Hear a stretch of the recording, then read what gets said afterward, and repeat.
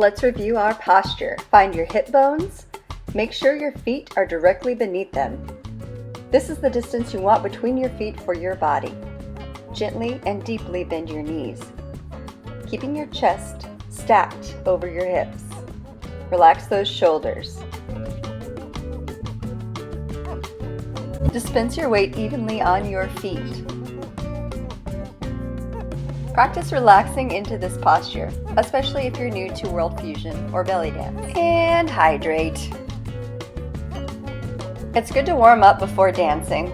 I suggest doing squats. You can add your arms to this, shoulder rolls, and side reaches. You'll want to cool down after dancing with some stretches. I suggest stretching your hip flexors, your hamstrings, releasing your lower back, and even trying some balance challenges. And some gentle roll-ups always help reset the body. All right, let's get to dancing.